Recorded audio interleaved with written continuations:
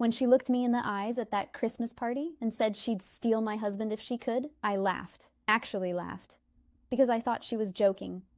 2 weeks later, I found out she wasn't joking at all. She meant every single word, and my husband, he was already hers. Let me take you back to the moment I found out the truth, the moment everything I thought I knew about my marriage shattered in less than 60 seconds. It started with his phone, unlocked, on the kitchen counter. Verwan none. But first, let me tell you about the warning I completely missed. It was 2 weeks before I found that phone. December. His company's holiday party at some fancy hotel downtown, one of those events with an open bar and everyone dressed up pretending to like each other. I was standing at the bar waiting for our drinks when she walked up. Jenna, she worked in Daniel's office, younger than me, maybe 25. One of those bubbly, overly friendly types who laughed too loud at everything and always seemed to be around. Always. I'd met her a few times before. Never thought much of her. "Your husband is amazing," she said, leaning against the bar next to me, wine glass in hand, big smile on her face. I smiled back. "Thanks." Then she said it. "If I didn't have a boyfriend, I'd totally try to steal him from you." She laughed, like it was a joke, like it was the funniest, most harmless thing in the world. I forced a laugh too, said something like, "Good thing you have a boyfriend then," and grabbed our drinks and walked away. But something felt wrong about the way she said it. The look in her eyes, the tone in her voice, like she wasn't really joking. I brushed it off. The next 2 weeks, things got worse. Daniel started working late more often, always on his phone, always texting. When I'd ask who it was, he'd say, "Work stuff," and put it away. He was distant, distracted, like his mind was somewhere else, even when he was sitting right next to me. I noticed Jenna's name coming up in conversation, a lot. Jenna helped me with that project. Jenna thinks we should order from that place for lunch. Jenna said something funny today, and I ignored it, all of it. I was being the cool wife, the trusting wife, the wife who didn't get jealous over every woman her husband talked to, and that was my first mistake. Then came that Thursday morning when everything fell apart.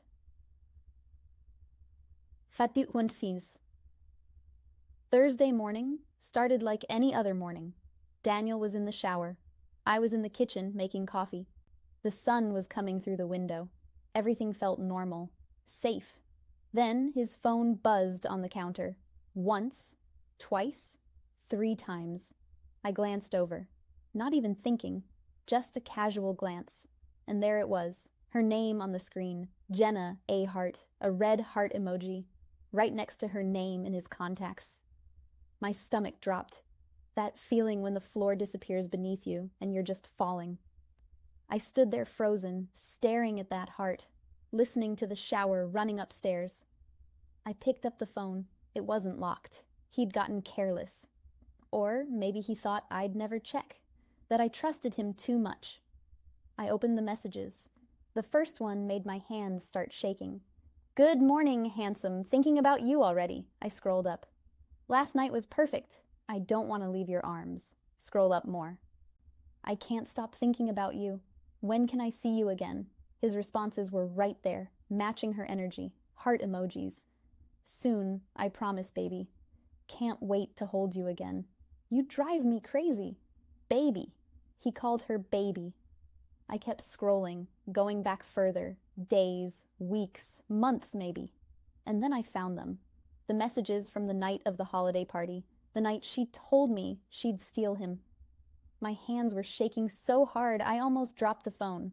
Her message, sent at 11:47 p.m. that night. "Your wife seems sweet. Does she know about us?" A laughing emoji. She was laughing about it. His response came 3 minutes later. "She has no idea, and she won't. You worry too much." Another message from her. "I know, I just feel bad sometimes. She was nice to me tonight." Him. "Don't feel bad. What we have is different. Special." She doesn't need to know. Special. I read that word over and over. Special. There were more, so many more. Pictures of them together. Her in his car. Him in what looked like her apartment. Selfies. Kissing. His hand on her face. Them in bed together. The sheets I recognized. Our sheets. In our guest bedroom. He'd brought her to our house. I couldn't breathe. Actually couldn't breathe. The room was spinning. I had to lean against the counter to stay standing. And then I heard it. The shower turning off. The water stopped. Pipes creaking. He'd be down in 5 minutes. Maybe less. I stood there holding his phone, shaking, my heart pounding so hard I could hear it in my ears. I wanted to scream. Wanted to run upstairs and throw the phone at him. Wanted to smash everything in the kitchen, but I didn't. I took screenshots. Every single message, every picture, sent them all to myself. Then I deleted the sent messages from his phone so he wouldn't know. Put the phone back exactly where it was. Wiped my fingerprints off the screen with my sleeve like I was erasing evidence of a crime. I heard his footsteps upstairs. Heard him walking around the bedroom, getting dressed. My coffee was still sitting there, half made. I couldn't even remember if I'd finished pouring it. He came downstairs 2 minutes later, hair wet, smelling like his expensive body wash, smiling. He walked over and kissed me on the cheek. "Morning, babe. Love you." Like nothing was wrong, like he hadn't just spent 6 months lying to my face. "Love you too," I heard myself say. My voice sounded normal, calm, like I wasn't dying inside. He grabbed his phone off the counter, checked it. Smiled at something on the screen, probably her good morning text. "Big day at work," he said. "Might be late tonight." "Okay," I said. He kissed me again, grabbed his keys, and walked out the door. Just like that, like it was any other Thursday. Wondran. I didn't confront him, not yet. I stood there in that kitchen after he left, alone, and something inside me shifted. She told me to my face she'd steal him, and I laughed. I actually laughed like it was funny. Like it was impossible. But she wasn't joking. She was warning me, and I was too stupid to see it. I called in sick to work. Sent a quick email saying I had food poisoning. Couldn't think straight. Couldn't function. I sat on the couch staring at my phone, scrolling through the screenshots I'd taken, reading them over and over, looking at the pictures, trying to understand how this happened, how I didn't see it, how I trusted him so completely while he was doing this behind my back. For the first hour, I cried. Ugly crying. The kind where you can't breathe and your chest hurts and you feel like you're breaking apart. But then something changed. The crying stopped and the rage came, hot and sharp and burning through every part of me. I wanted to scream, wanted to break things, wanted to call him and tell him I knew everything and watch his world fall apart the way mine just had. But then the rage cooled, turned into something else, something colder, more dangerous. I wasn't going to cry and beg, wasn't going to give him the chance to lie and manipulate and make excuses. I was going to destroy them both, and I was going to do it smart. I opened our phone plan app. We shared a family plan, location sharing, always on. I'd never checked it before because I trusted him. But now I scrolled back through his location history. Days, weeks, months, and there it was, over and over.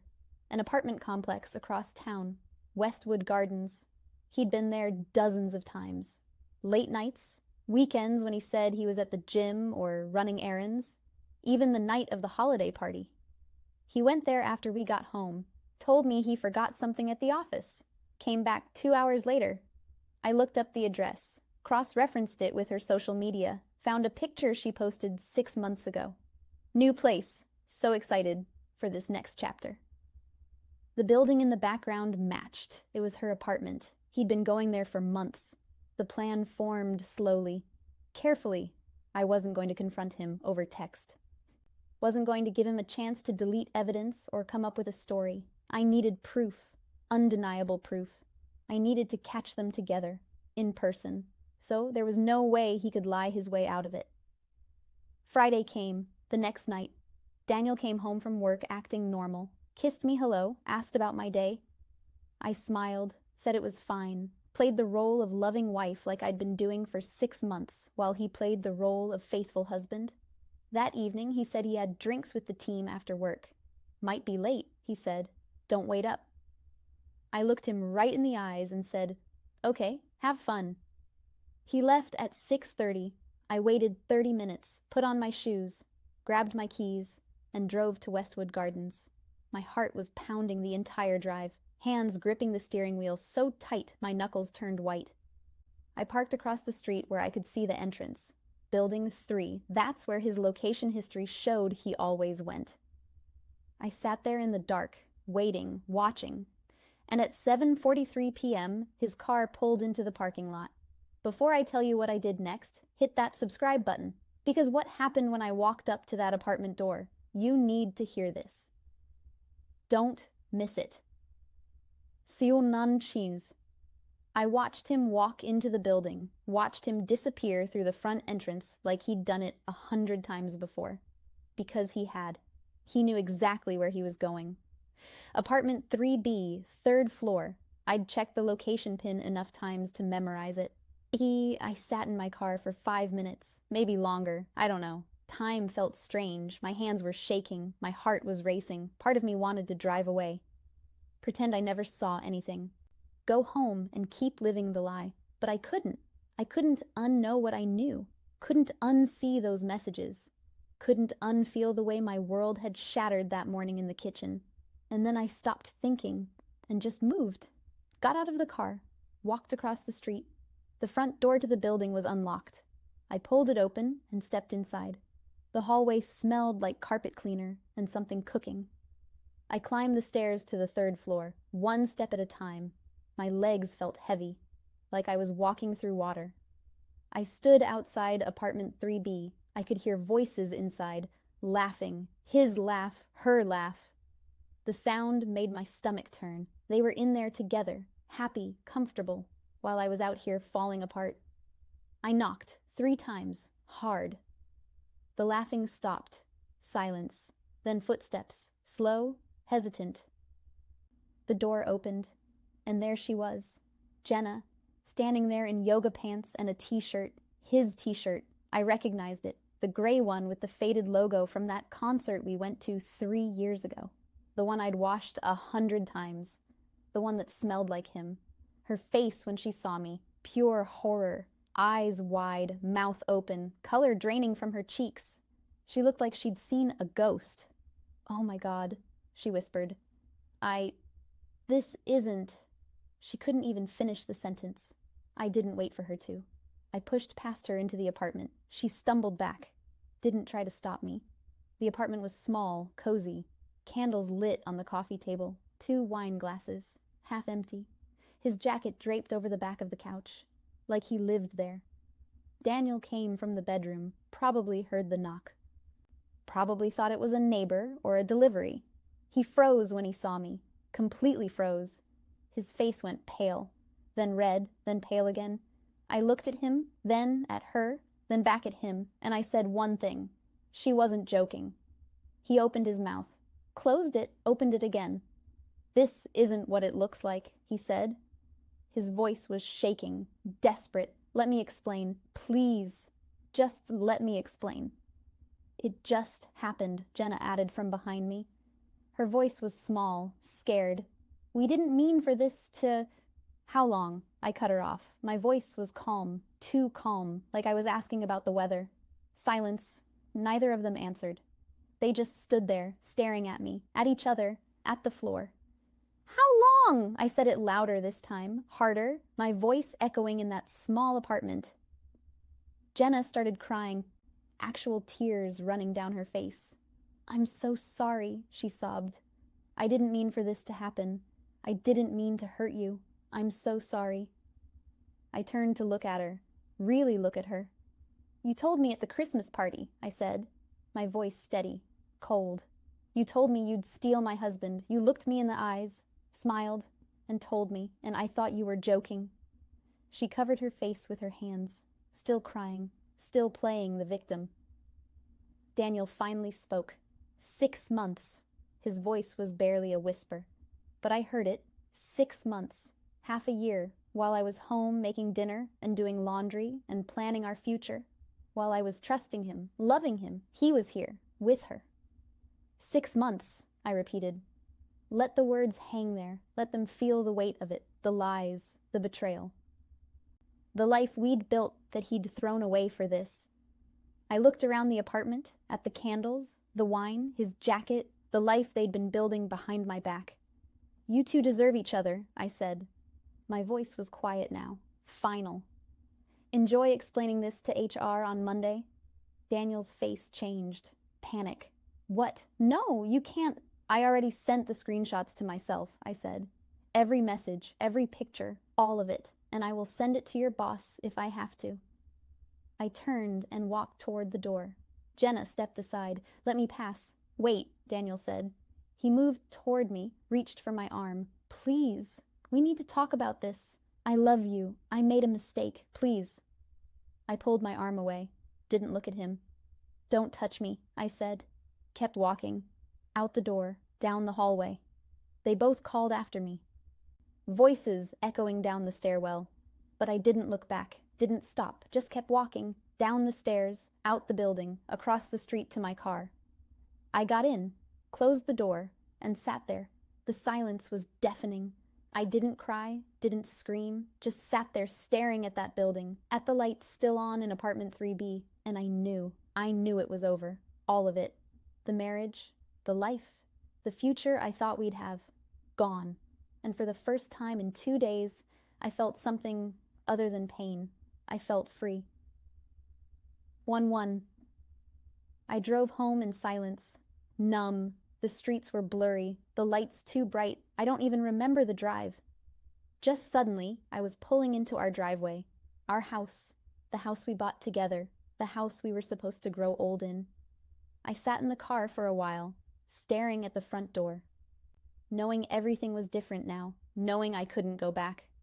I called a locksmith, found one that did emergency late-night service. He came at 11 p.m., changed every lock on every door. Front, back, side garage entrance, all of them. He didn't ask questions, just did the job. Gave me the new keys, left. I paid him in cash. Daniel came home just after midnight. I heard his car pull up, heard his footsteps on the porch, heard his key slide into the lock, heard him try to turn it, once, twice, 3 times. Then the knocking started. Babe, open the door. My key isn't working. More knocking, louder now. Come on, open the door. We need to talk, please. I was sitting on the couch in the dark, listening. I didn't move, didn't answer. I know you're in there, he said. His voice was getting desperate, angry. Open the damn door. I turned off my phone, sat there in the silence. Eventually, he stopped knocking. I heard his car start, heard him drive away.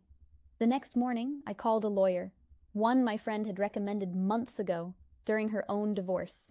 I had an appointment by 10 a.m., walked in with my phone full of screenshots, walked out an hour later with divorce papers being drawn up, filed for divorce that same day, sent all the evidence to HR at his company by noon, every text message, every picture, every piece of proof that they'd been having an affair.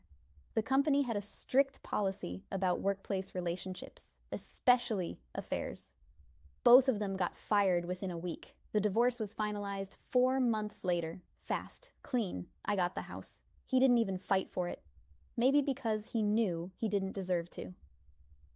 Maybe because the guilt finally caught up with him. I don't know. I didn't ask.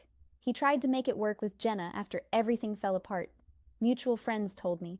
They moved in together 2 months after the divorce, played house, pretended they were some great love story that overcame the odds. They broke up 3 months later, messy, ugly.